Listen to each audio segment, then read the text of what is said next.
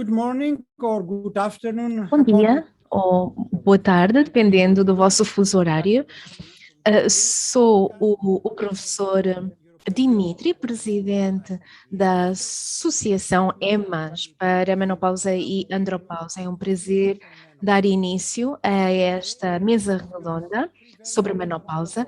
Vamos discutir três coisas importantes. A primeira tem que ver com a parte fisiológica, com a professora Rebecca Thurston, dos Estados Unidos, a representar os índices cardiovasculares e a forma de lidar com o risco cardiovascular.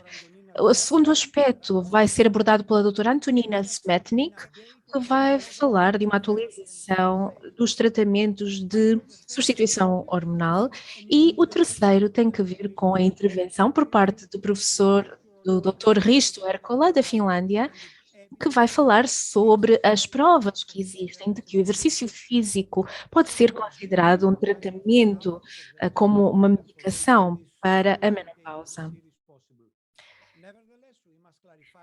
Também vamos esclarecer que o programa científico e o seu conteúdo são de responsabilidade exclusiva da EMAS. Em relação a questões técnicas, este webinar está a ser realizado com os participantes em modo de audição apenas, não podem ativar o microfone para não recebermos nenhum ruído por parte dos participantes, mas podem usar a secção de Q&A das perguntas e respostas aqui no Zoom para colocarem as vossas questões. Podem escrever as perguntas em qualquer altura e no final das apresentações ou do webinar, vamos então poder colocá-las aos apresentadores.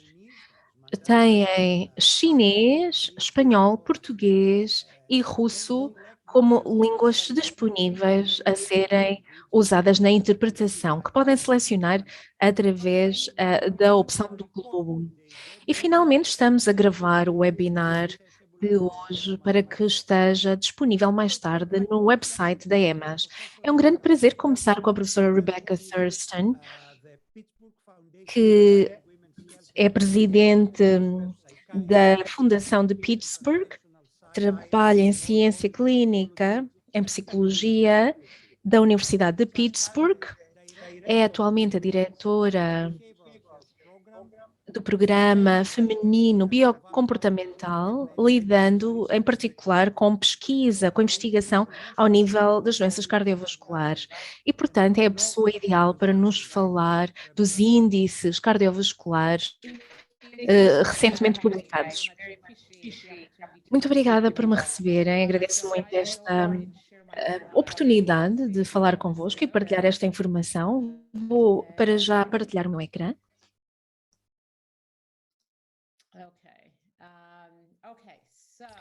Muito bem.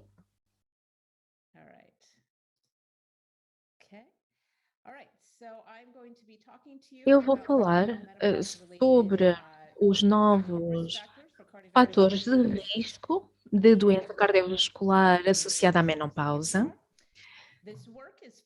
Este trabalho é financiado por Institutos Nacionais da Saúde nos Estados Unidos e aqui têm os conflitos de interesse. Em relação à transição para a menopausa, que é algo comum a todas as mulheres, temos de considerar a transição universal, as alterações menstruais, hormonais e alterações também ao nível do humor, assim como as implicações ou consequências para a saúde em geral. As doenças cardiovasculares são a principal causa de morte de mulheres por todo o mundo e a transição para a menopausa é muito importante para a saúde cardiovascular feminina. A transição para a menopausa ocorre diretamente antes do início da doença cardiovascular para muitas mulheres e muitos eventos clínicos cardiovasculares ocorrem mais tarde nas mulheres do que nos homens, em média 10 anos de diferença. Mas estes eventos são relativamente raros no período pré-menopausa, o risco sendo acelerado no período após a menopausa. Tanto, por exemplo, o risco peri- e pós-menopáusico.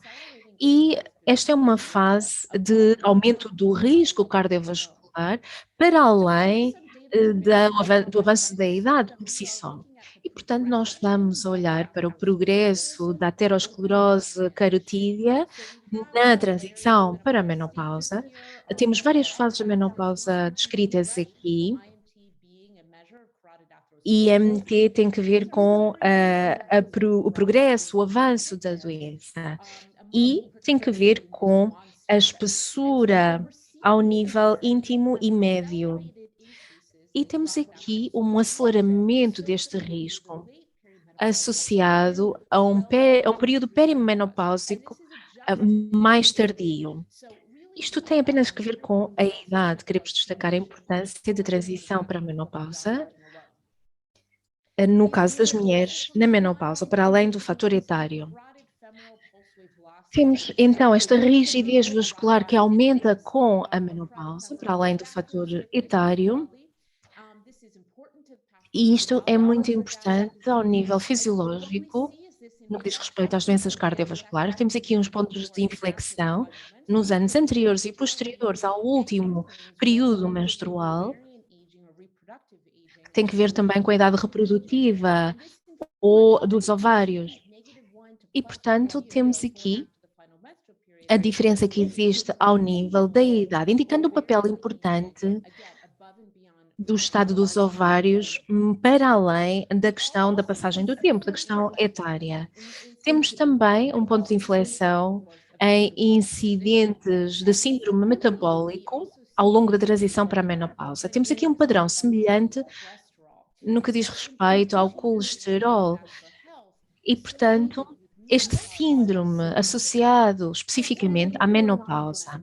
E o que é que se passa durante a transição para a menopausa? Historicamente, atribuímos estas alterações às hormonas. Eu não vou entrar em pormenor na questão hormonal, mas eu posso dizer que estas alterações hormonais são relevantes, ou diminuição do estradiol, etc. Mas não é um sinal assim tão forte. Ou seja, não são suficientes para explicar toda a transição para a menopausa. Existem outros fatores que possam conduzir a riscos da saúde cardiovascular. Entre eles temos os sintomas vasomotores. Sintomas vasomotores como afrontamentos, suores noturnos, são vividos por cerca de 70% das mulheres durante a transição para a menopausa. No caso de 30% das mulheres, estas ocorrências são frequentes ou severas. E os sintomas vasomotores frequentemente continuam por um período de 7 a 10 anos. E isto é o valor médio. No caso de muitas mulheres, estes sintomas continuam por muitos mais anos. E, portanto, não é atípico isto acontecer. É muito importante considerar este fator para determinar a saúde mental. Estes fatores são extremamente relevantes. E nós fazemos perguntas sobre o que é que isto significa para a saúde física da mulher.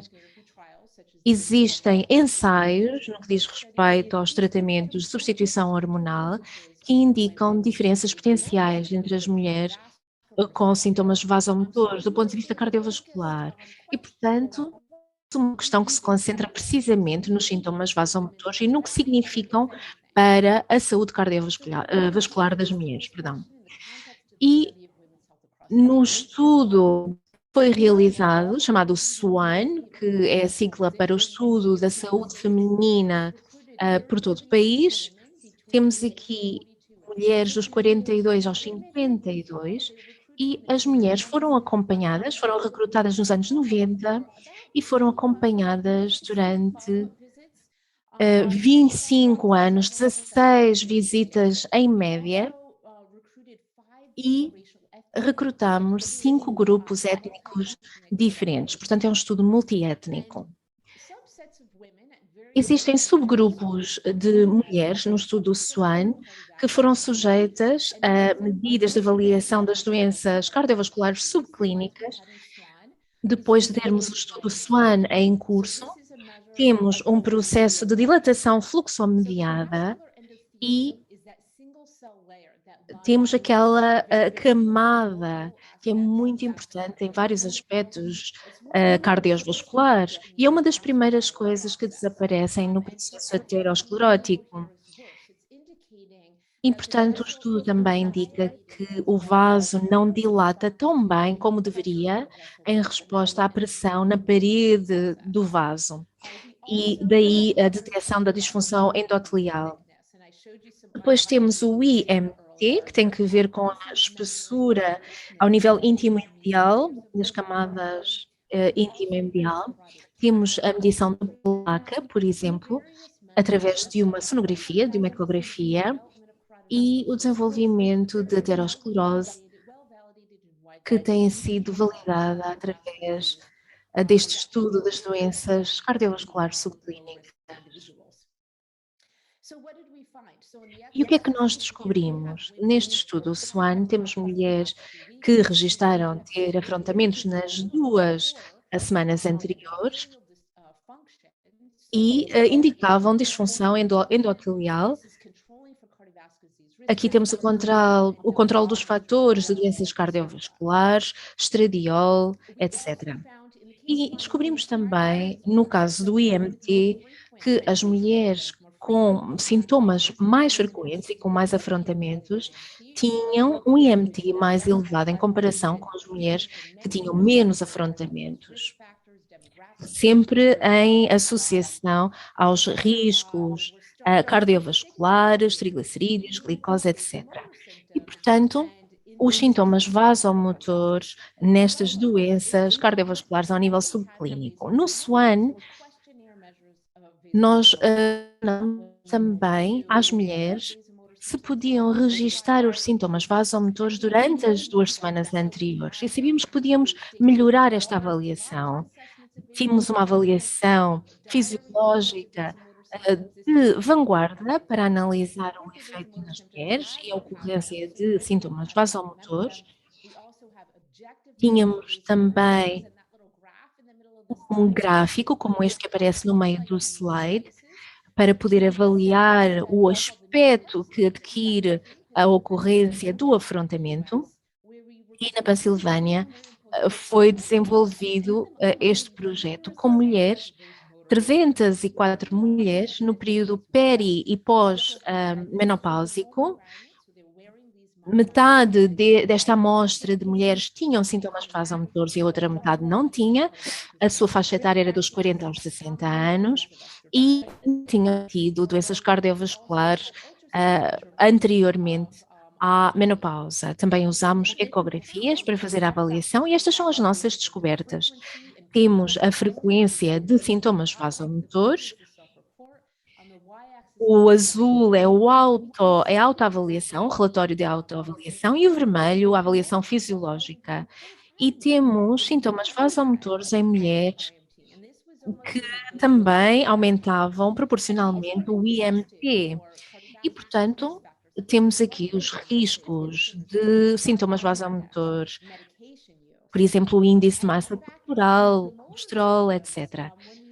Os sintomas vasomotores, quando analisando todos os fatores, acabam por indicar variação ao nível do IMT e outros fatores de risco padrão de doenças cardiovasculares.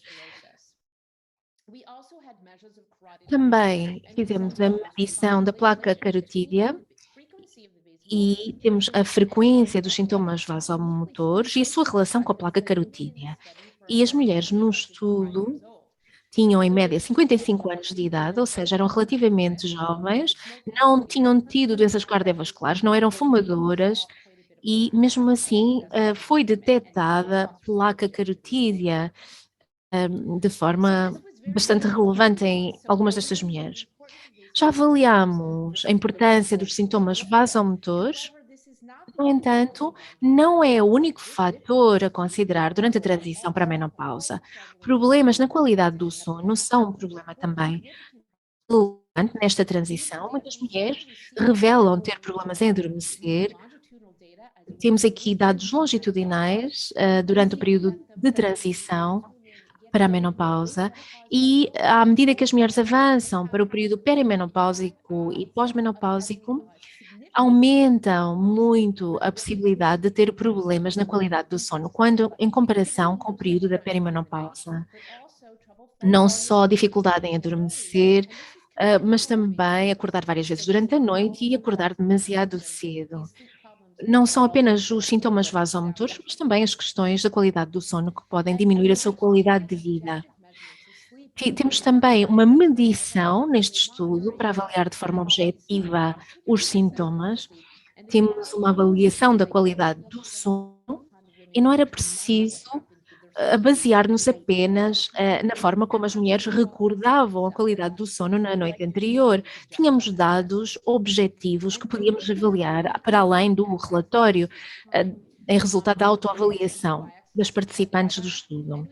Portanto, temos um período mais curto de sono associado a uma placa carotídea também mais significativa.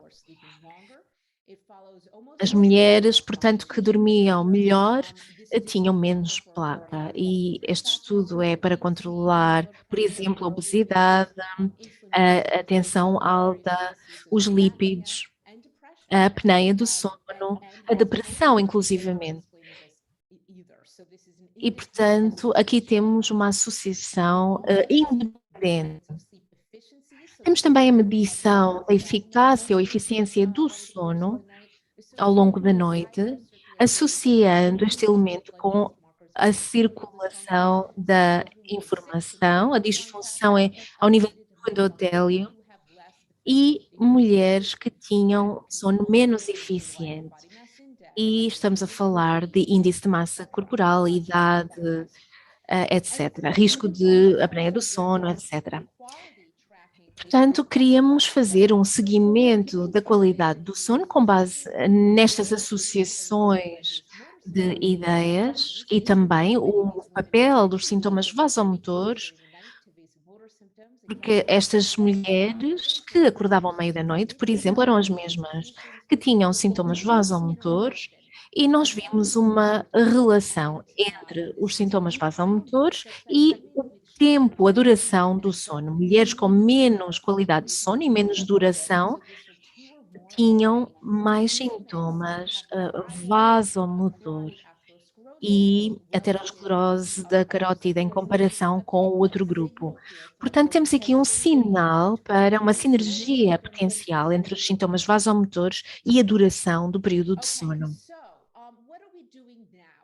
O que é que nós estamos a fazer neste momento? Estamos a pensar nas doenças cardiovasculares de uma forma mais avançada, falar da mortalidade em resultado de tromboses e outras condições cardiovasculares. E quando pensamos em encontrar a relação entre os fatores que acontecem quando as mulheres estão na casa dos 40 e dos 50 e eventos cardiovasculares que acontecem na casa dos 70 ou mais tarde, é preciso fazer um estudo de longo prazo, que possa abranger as mulheres nestas várias faixas etárias. E foi isso precisamente que nós realizamos no SWAN. E, portanto, os resultados deste estudo podem ajudar-nos a fazer esta avaliação. Temos mulheres com sintomas vasomotores mais frequentes, como referência para este gráfico, 6 ou mais dias durante as últimas 2 semanas com sintomas vasomotores e eram as mesmas mulheres com um risco mais elevado de eventos cardiovasculares nos 20 anos seguintes. E isto dependia de ajustes como outros fatores de risco para doenças cardiovasculares. Portanto, não estamos apenas a falar de estrogênio, há aqui muitas outras considerações que são necessárias. Portanto, ao analisarmos estes vários fatores e ao considerar os resultados do estudo, então temos aqui mulheres com um risco muito elevado de eventos cardiovasculares nos 20 anos seguintes. E ao longo destes 20 anos, e também os níveis de estradiol podem sofrer grandes alterações. Não tem tudo a ver com as hormonas. Além disso, o que é que estamos a fazer também? Consideramos o cérebro e há alterações também no cérebro e fizemos o recrutamento e vimos que as mulheres com mais sintomas vasomotores, e aqui utilizando a avaliação dos sintomas, apresentavam mais hiperintensidades da matéria branca no cérebro, o que é um preditivo de demência, AVC, demência. Então fizemos este paralelismo entre o que vemos na parte vascular periférica e aqui temos um estudo com 20 mulheres e fizemos o estudo do cérebro médio e houve outras que foram submetidas a neuroimagiologia e também durante os afontramentos. Eu não tenho estes dados ainda hoje, vou apresentá-los na reunião da NEMS, por isso fiquem atentos, estes dados serão disponibilizados no outono, mas temos alguns dados preliminares. As primeiras 120 participantes do estudo conseguimos comprovar que as mulheres que acordam após o sono, e são mulheres que acordam muito durante a noite, apresentam estas hiperintensidades da matéria branca no cérebro, tem doença dos pequenos vasos e tem outros fatores como os sintomas vasomotores, mas também outros sintomas. Em resumo, a menopausa é um período crítico para a saúde cardiovascular, existem vários fatores. Nesta transição temos alterações hormonais, problemas ou distúrbios de sono, não falei sobre as alterações do humor, mas também deve ter sido em conta em relação à saúde cardiovascular, mas em relação a estes sintomas cardiovasculares ou vasomotores, começam mais cedo do que pensávamos, poderão ser um marcador de um risco vascular subjacente e sono tem implicações na saúde cardiovascular ou cerebrovascular. Dormir pouco ou acordar muitas vezes à noite pode ser algo sinérgico em relação aos sintomas vasomotores, por isto estes podem ser um marcador, mas ainda não sabemos se tratando os sintomas vasomotores se reduz o risco de doença cardiovascular. Ainda não realizamos estes ensaios clínicos e esperamos fazê-lo no futuro não muito distante, mas de qualquer forma estas mulheres que parecem apresentar um risco elevado cardiovascular nos anos subsequentes e um aumento da vigilância deste risco cardiovascular para garantirmos que estamos a fazer tudo o que é necessário para reduzir este risco cardiovascular. Problemas de sono também é muito importante para a saúde mental, em termos cognitivos, para a qualidade de vida, mas também ao nível da saúde cardiovascular. Eu diria que nós tendemos a pensar que devemos passar por estes problemas de sono, mas eu penso que deveríamos dar a devida atenção e tratar esta questão porque afeta a qualidade de vida, o humor e pode também afetar a saúde cardiovascular e assim melhorar a saúde das mulheres à medida que elas vão envelhecendo. Muito obrigado, Rebeca, por esta intervenção bastante concisa. Vou ligar aqui o meu vídeo. Uma vez mais, muito obrigado, Rebeca, por esta apresentação concisa, que nos deu tanta informação. Este estudo SWON, realizado pelos seus colegas e pela Rebeca, deviam fazer com que todos fôssemos bem mais sábios e sensatos. A doutora Antonina Smetnik é responsável pelo Departamento de Endocrinologia do Centro de Investigação Médica de Obstetrícia, Ginecologia e Perinatologia Moscou, na Rússia. É atualmente a presidente da Sociedade da Menopausa Russa e é também membro do Conselho da Sociedade Europeia de Menopausa e Andropausa. Vamos aproveitar toda a sua experiência para percebermos como utilizar o melhor regime de estrogênio e progesterona para garantir a segurança da mama quando se prescreve o tratamento hormonal. Antonina, passa a palavra. Muito obrigado, caro professor Gulis, caros colegas. Gostaria de agradecer à Sociedade Europeia de Menopausa e Andropausa pela oportunidade de participar nesta mesa redonda. Pois, muito bem. A mama são um órgão-alvo das hormonas ou fatores de crescimento e durante muito tempo há uma diminuição dos utilizadoras de tratamento hormonal devido aos primeiros resultados de um estudo que demonstraram que os utilizadores deste tratamento hormonal apresentavam um aumento do risco do cancro da mama. O risco relativo do cancro da mama naquelas doentes que utilizam regimes combinados de estrogênio e acetato é 1,26, menos de um caso por 1000 mulheres por utilização deste tratamento hormonal na menopausa. No entanto, houve uma diminuição do risco do cancro da mama nas utilizadoras de monoterapia de estrogênio após a esterectomia e não houve uma eliminação do risco no tratamento hormonal previamente à utilização. De acordo com o estudo do coorte francês E13N, o estrogênio mais a progesterona, o estrogênio mais dihidrogesterona, não apresentam qualquer associação a um aumento do risco do cancro da mama. De acordo com as recomendações da Sociedade Internacional da Menopausa, o aumento do risco do cancro da mama associado ao tratamento hormonal é reduzido, sendo estimado como sendo inferior a 0,1% por ano, ou uma incidência inferior a 1 por 1000 mulheres. É similar ou inferior aos riscos associados a fatores do estilo de vida, como uma atividade física reduzida, a obesidade e o consumo de bebidas alcoólicas. Dados deste estudo WHI demonstraram que não há um aumento do risco nos utilizadoras pela primeira vez deste tratamento hormonal durante os primeiros 5 a 7 anos do tratamento. O estudo WHI também demonstrou que 7 anos de tratamento sem estrogénios conjugados diminui o risco de cancro da mama, o seu diagnóstico e mortalidade em mulheres submetidas à esterectomia.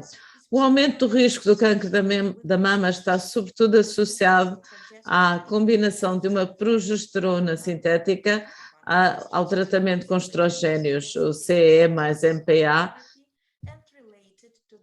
relacionado com a duração da sua utilização. O risco pode ser inferior com a progesterona micronizada ou dihidrogesterona e com a progesterona sintética. O risco do cancro da mama atribuível ao tratamento hormonal é pequeno e o risco diminui progressivamente após a interrupção do tratamento. O risco do cancro da mama deve ser avaliado antes da prescrição do tratamento hormonal.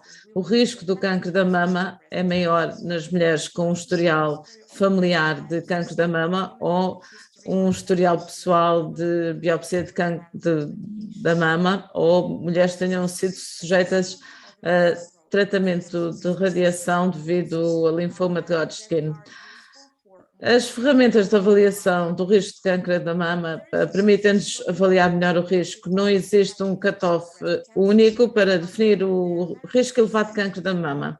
No entanto, a Sociedade Americana de Oncologia Clínica conclui que as mulheres com um risco estimado de 5 anos de 1,67% ou superior são candidatas à quimioprevenção. E as mulheres de risco elevado são definidas com um risco durante toda a sua vida superior a 20%, que são candidatas à vigilância reforçada com imagiologia da mama. O maior risco do cancro da mama observado no âmbito do tratamento hormonal pode ser parcialmente diminuído selecionando as mulheres com um risco de base individual inferior, incluindo pouca densidade mamária e também disponibilizando educação sobre medidas de prevenção do estilo de vida, redução do peso corporal, o consumo de bebidas alcoólicas e um aumento do exercício físico. Diferentes regimes de tratamento hormonal podem estar associados a um aumento da densidade mamária, o que pode ter um impacto na interpretação das mamografias. Atualmente não existe qualquer indicação para um aumento do rastreio através de mamografia das utilizadoras de tratamento hormonal e mamogramas anuais deve ser proposto às mulheres que utilizam tratamento hormonal. Em ensaios com uma duração até 2 anos, dores na mama, densidade da mama e câncer da mama não sofreram um aumento com os tratamentos conjugados de estrogénios mais basedoxifeno e em comparação com o placebo. Atualmente, os dados disponíveis não apresentam diferenças em relação ao risco, em relação à via transdérmica ou do estradiol. As evidências observacionais limitadas sugerem que o tratamento hormonal não tem um impacto no aumento do câncer da mama em mulheres com historial familiar de câncer da mama ou em mulheres com ofrometomia ou com a mutação BRCA1 ou 2. As mulheres com BRCA positivas sem câncer da mama apresentam um maior risco genético, mas há benefícios nos casos das mulheres submetidas a uma ofrometomia bilateral que beneficiam de tratamento com estrogénios para diminuir os riscos de saúde, tendo em conta os limitados estudos observacionais, considerar o tratamento hormonal sistémico para este grupo de mulheres até à idade média da menopausa. Discussões sobre uma utilização mais prolongada devem ser individualizadas. De acordo com a meta-análise sobre a terapia hormonal e o risco do câncer da mama, no caso das mulheres com peso médio, nos países desenvolvidos, com 5 anos de tratamento hormonal, começando aos 50 anos de idade, aumenta a incidência do câncer da mama entre os 50 e os 69 anos de idade, uma em cada 50 utilizadoras de regimes de estrogênio e de progesterona, e uma em cada 70 utilizadoras de estrogênio mais progesterona intermitente, uma em cada 200 utilizadoras de regimes de estrogênio apenas, correspondendo a 10 anos de tratamento hormonal, será 2 vezes superior. Subsequentemente, foi feita uma declaração conjunta sobre o risco do câncer da mama e o tratamento hormonal, que foi publicada em resposta à avaliação do risco EMAS, e foram feitas recomendações em 2020. E a principal conclusão é que não devem ser definidos limites em relação à dosagem e utilizações do tratamento hormonal. O risco de câncer da mama em caso de tratamento hormonal não deve ser visto de forma isolada. A decisão deve ser tomada individualmente e considerada no contexto das atualizações, nomeadamente a gestão de sintomas, uma melhoria da qualidade de vida, bem como os efeitos de proteção cardiovasculares e ósseos associados ao tratamento hormonal. De acordo com os resultados de estudos de controle de casos, com mais de 98 mil participantes e com 457 mil controles, não houve um aumento do risco com o tratamento hormonal, apenas com estrogênio ou com estradiol de dihidrogesterona ou tibolona. O aumento da duração da utilização está normalmente associado a um aumento do risco com a tibolona e com o estradiol de dihidrogesterona, apresentando os riscos mais pequenos. O risco de câncer da mama é maior no caso das progestinas sintéticas ou de hidrogesterol. A utilização de tratamento hormonal nas sobreviventes de câncer da mama normalmente não é aconselhado. Estudos observacionais e ensaios randomizados reportam efeitos neutros, bem como o aumento do risco de recidiva do câncer da mama. No caso das sobreviventes de câncer da mama, as decisões sobre tratamento hormonal sistémico ou vaginal de dose baixa deve ser feita devido a opções não hormonais ou complementares não terem sido bem-sucedidas ou após aconselhamento e de uma decisão partilhada em conjunto com o oncologista. O tratamento da síndrome urinária nas mulheres com câncer da mama pode ser complicada pelo tratamento adjuvante devido às concentrações de estrogênio ou dos efeitos de estrogênio antagonizantes, devido à rotulação dos produtos e também dados de ensaios clínicos limitados das sobreviventes de câncer da mama ou da ausência de acordo por parte da comunidade de oncologia e outros profissionais, normalmente profissionais de saúde da área genital urinária e sexual. No caso dos sintomas persistentes e as declarações feitas, outras terapias podem ser benéficas, incluindo lidocaína de aplicação tópica, estrogênio vaginal de dose baixa, DHEA vaginal ou ospemifeno e terapias vaginais baseadas na energia. No caso das mulheres com cancro da mama, este tipo de tratamento vaginal de baixa dose é contraindicado de acordo com a FDA.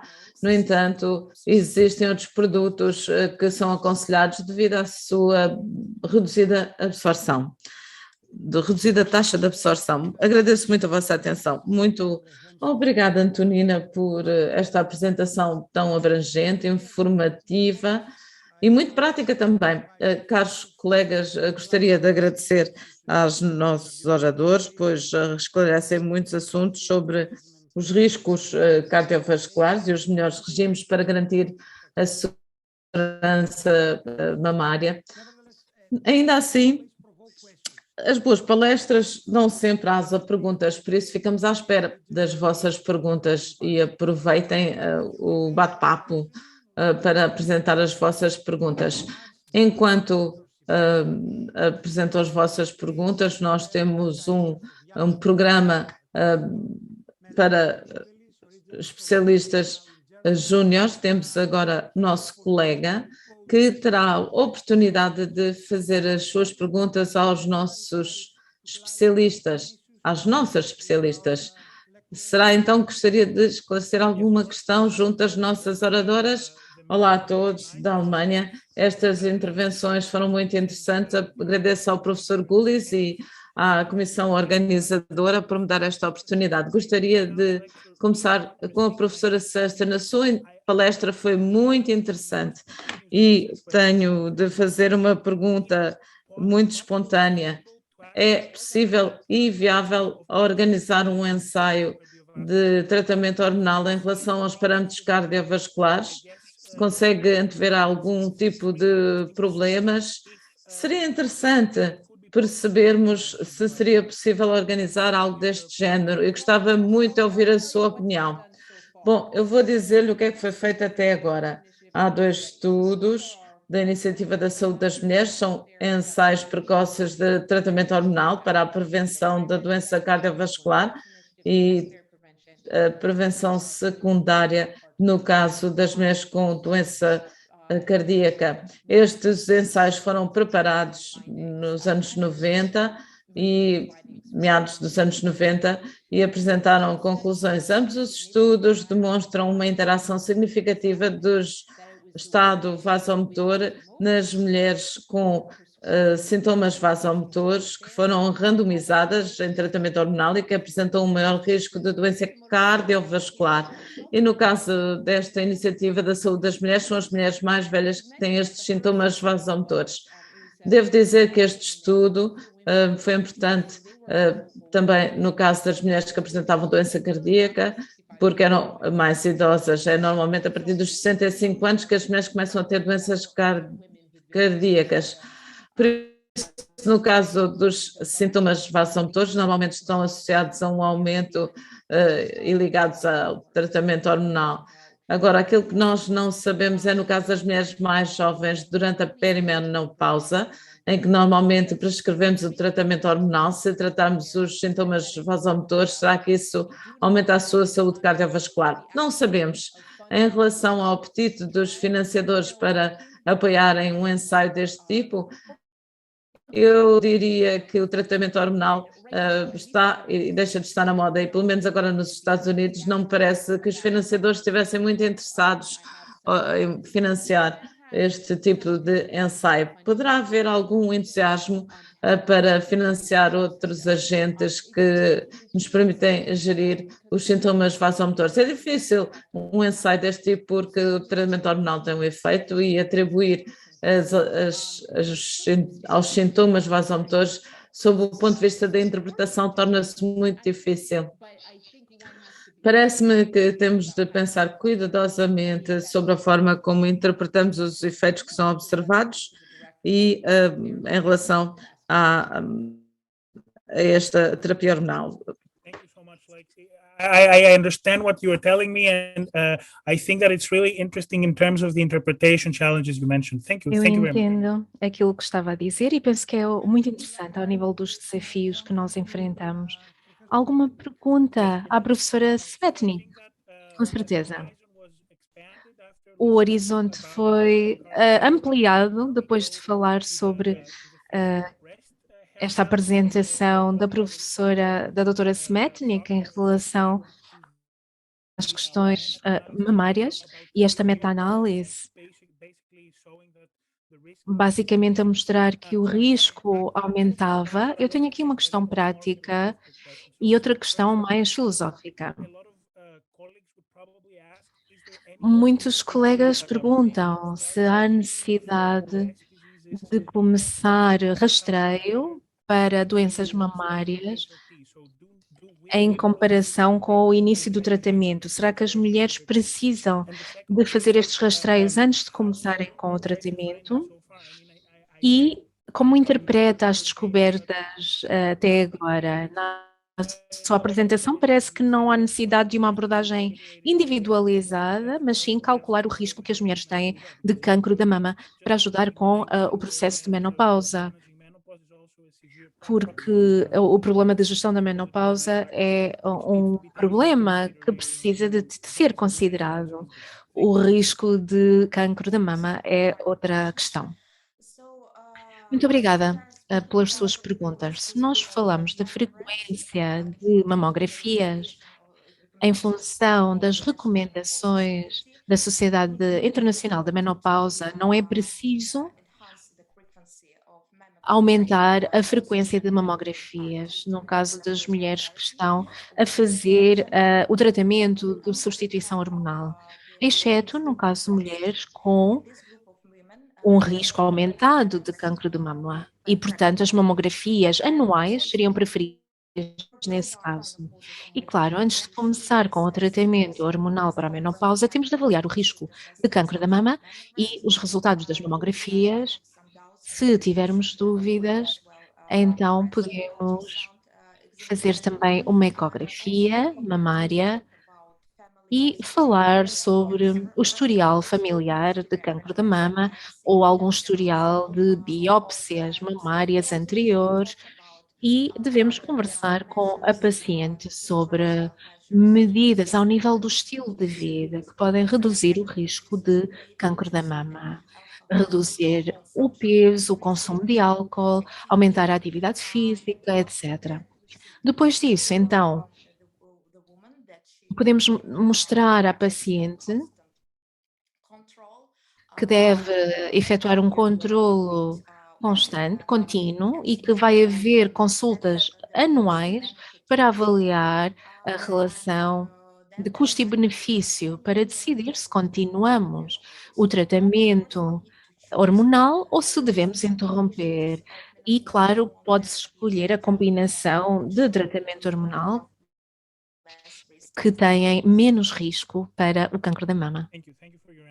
Muito obrigado pela resposta. Muito obrigado à Antonina também. E vamos agora passar às perguntas do público. Penso que a primeira é para a Rebeca. Já se discutiram os efeitos do tratamento hormonal, de substituição hormonal para as mulheres, mas pode recomendar o uso do tratamento de substituição hormonal quando estas doenças estão presentes e os sintomas vasomotores estão presentes, e também as doenças associadas a perturbações do sono. Bem, temos casos que são elegíveis para tratamento de substituição hormonal, por exemplo, no caso de mulheres com perturbações do sono, devemos primeiro avaliar outros distúrbios, como a apneia do sono, ou outros síndromes que têm a ver com a qualidade do sono, que são frequentes durante a transição para a menopausa e especialmente no que diz respeito à apneia. Quando falamos dos riscos de doenças cardiovasculares, a apneia é um forte indicador e então temos de excluir primeiro algumas perturbações de qualidade do sono, porque se tentamos tratar a apneia ou síndrome das pernas agitadas sem ir à causa do problema, então será inútil. Temos de tentar perceber qual é a raiz do seu problema. As pessoas recebem um diário onde registram os padrões do sono durante uma semana ou duas, também em relação ao consumo de álcool, ter um companheiro que ressona, ter animais de estimação na cama e fatores que podem perturbar o sono, para tentar perceber então a qualidade do sono. Temos o CBTI, que é uma intervenção muito eficaz para pessoas que sofrem de insónia, mesmo em conjunção com os sintomas vasomotores. E, portanto, esta seria uma resposta mais duradoura, em vez de usar fármacos, de usar medicamentos para dormir melhor. Depois de usar CBTI e BBTI, então poderíamos acrescentar algum agente farmacológico.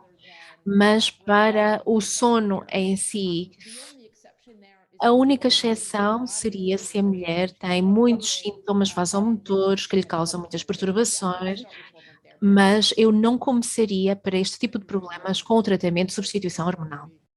Muito obrigada pela resposta muito prática e clara.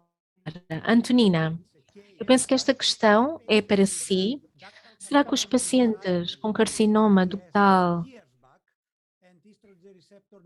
há anos, que tiveram DCIS anos atrás, com ER negativo ou positivo, e que não respondem às alternativas do tratamento de substituição hormonal, começar este tipo de tratamento? Bem, nós temos mulheres com o carcinoma ductal in situ, que não são as melhores candidatas para o tratamento de substituição hormonal e, portanto, devemos tentar as alternativas. Quando as alternativas não têm resultados, não oferecem efeitos visíveis, de acordo com as recomendações da Associação Internacional para a Menopausa, mesmo quando os tratamentos alternativos não são eficazes, nós podemos então decidir, juntamente com o oncologista, e devíamos falar com a paciente, informá-la, para então tomar a decisão sobre o tratamento de substituição hormonal numa dose baixa ou ultra baixa.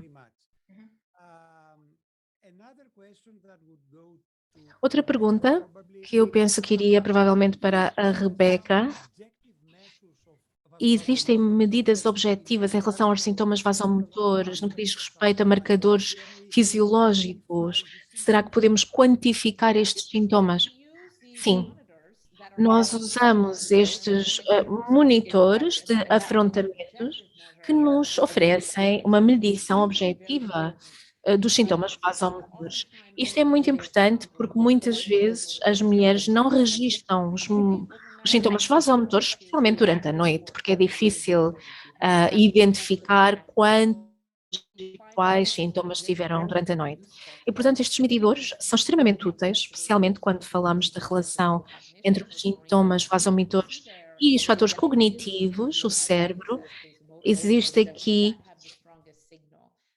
sintomas vasomotores com sinal muito forte e, portanto, nesta medição há padrões interessantes do ritmo circadiano e muitas vezes mais sintomas vasomotores do que a própria mulher identifica.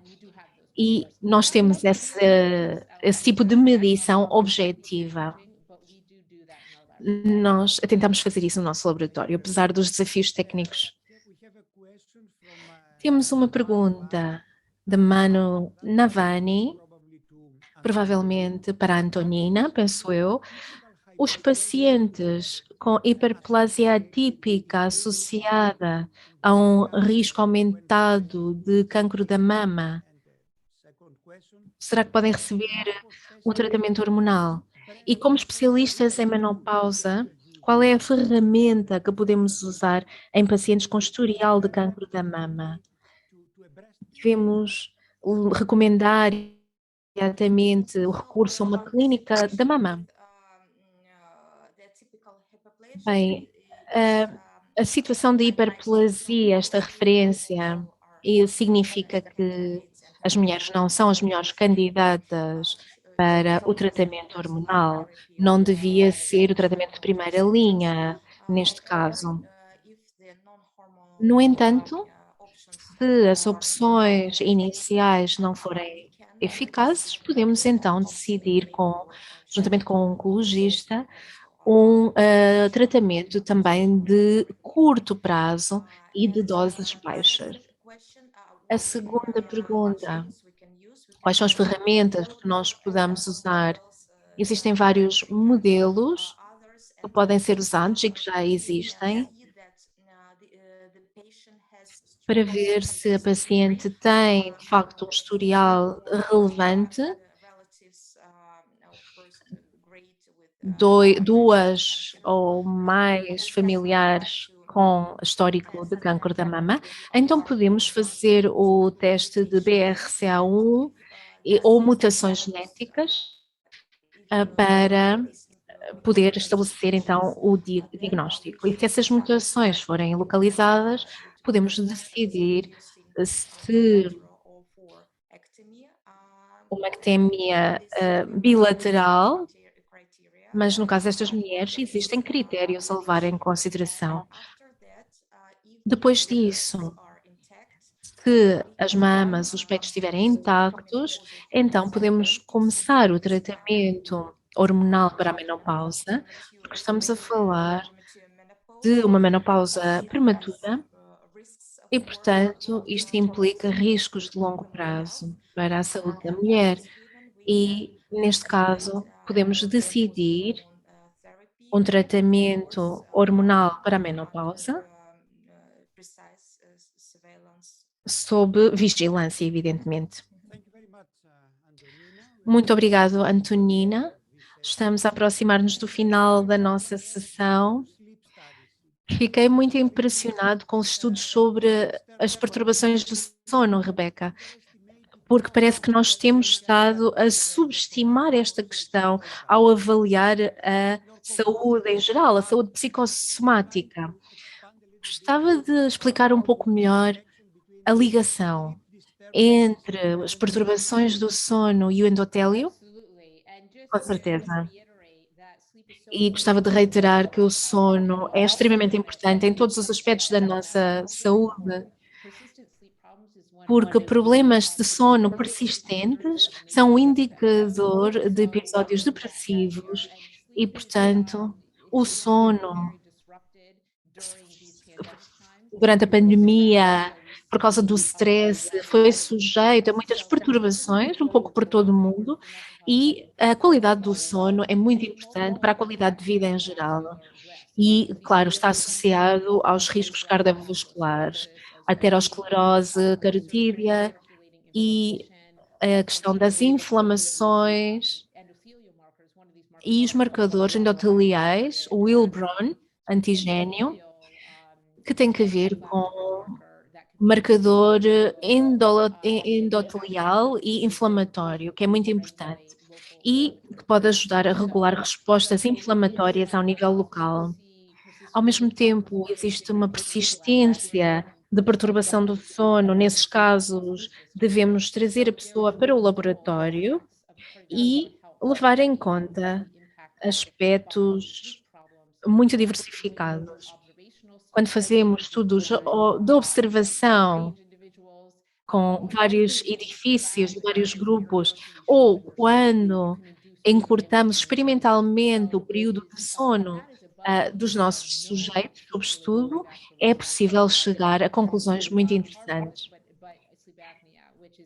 O caso da apneia do sono, especialmente, tem que ser tratado e, portanto, restrições de sono intencionais têm um impacto extremo na doença cardiovascular, indivíduos que trabalham por turnos também e que comprometem o seu sono, também têm a saúde cardiovascular comprometida, como é evidente. Muito obrigado, Rebecca. Antonina, algumas observações para concluir a nossa conferência? Muito obrigada, professor Gullis. Há muitos medos entre as mulheres por causa do risco do tratamento hormonal para a menopausa. Mesmo no nosso país, nós conduzimos um estudo ao nível nacional, bastante abrangente, com muitos profissionais de saúde, e os resultados demonstraram que 75% das pacientes diziam que a principal preocupação em relação ao uso do tratamento hormonal é o risco de cancro da mama. E, portanto, os doutores, os médicos deveriam levar a cabo todos os procedimentos necessários para que as mulheres se sintam mais confiantes e para que a avaliação do risco seja feita, para que, se chegarem à conclusão de que se pode usar um tratamento hormonal para a menopausa, então se possa iniciar com a dose mais baixa necessária e levar a cabo exames, avaliações anuais para entender a relação custo-benefício, para que as mulheres percebam o efeito benéfico que o tratamento hormonal pode ter para esta fase das suas vidas. Muito obrigada, Antonina. Vou concluir esta sessão, mas os meus participantes não me deixam. Assim, tenho aqui mais uma questão para a Rebecca. Observou uma associação entre os sintomas vasomotores e ataques de pânico? É uma questão muito interessante. Essa ligação não foi devidamente avaliada ainda, mas clinicamente eu recebo pacientes com este tipo de preocupações. Há muita ansiedade, não necessariamente em relação com sintomas vasomotores e também não necessariamente em relação a ataques de pânico. O que eu observo é uma ansiedade generalizada, muito padrão de pensamento repetitivo e, portanto, é muito importante tratar distúrbios ao nível da ansiedade neste período de transição para a menopausa. Muito frequentemente, quando pensamos na transição para a menopausa, vem-nos à depressão, mas eu penso que a ansiedade é mais generalizada. Caros colegas, chegamos assim ao final deste webinar e espero que, graças à professora Thurston e à doutora Smetnik, nós consigamos agora entender melhor os índices dos riscos cardiovasculares e também a questão de segurança mamária. E, por fim, este webinar vai estar disponibilizado no website da EMAS. Muitíssimo obrigada a todos pela atenção. Adeus. Boa tarde.